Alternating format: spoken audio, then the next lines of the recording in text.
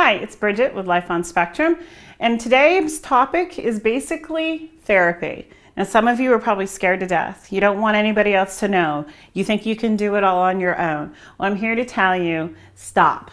Stop that. You are not alone anymore. When my son was growing up, I truly felt like that. I had to go on the internet and find these chat rooms and speak to people in Europe and speak to people in California because there was not much around here in the state of Pennsylvania. But that is not an excuse anymore. You can get help. When I found out that there was an actual Center for Autism and Developmental Disabilities in the area that I now live in, I basically lived in that building for the first year that I lived in Lancaster County.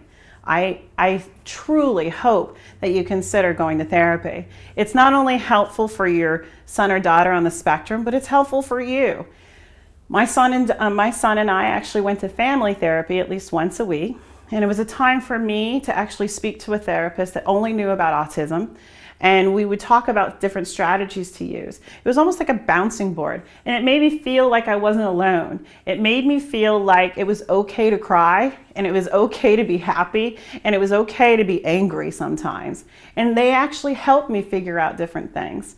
It also gave me a time too to have my son speak to them, because sometimes another person needs to speak to them to find out what they're truly feeling. And they helped with the emotions and trying to figure out the emotional regulations and using picture boards and things like that, which then in turn I took to a speech therapist, and so it continued his therapy at school.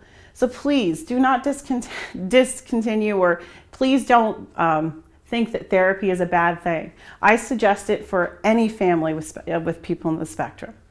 Plus, it helps with the marriages also. I know the statistics are extremely high for divorce rates with people on the spectrum or having children on the spectrum. So keep it in mind. Family therapy is not a bad thing. It's actually a necessity sometimes, so you don't feel alone. And if you can get that, also try to find a group or a support group that you can go to. Find one that actually you feel comfortable at though. Don't go to one.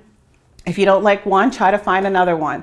Keep going though until you find somebody or a group that you can actually talk to. It's important for you, it's important for your child, and it's important for any other siblings that are in the house. So take care of you and get some help. And that's Bridget with Life on Spectrum. Thanks for watching that episode, and make sure you come back and join us again for upcoming videos. They'll be uploaded almost on a daily basis. Also, if you really enjoyed us, like us below, or even leave a comment for us to respond back to. And if for all of you that are really involved in the Life on Spectrum, make sure you subscribe to our YouTube channel. We appreciate you. We hope that this is worthwhile for you, and we'll see you next time on Life on Spectrum.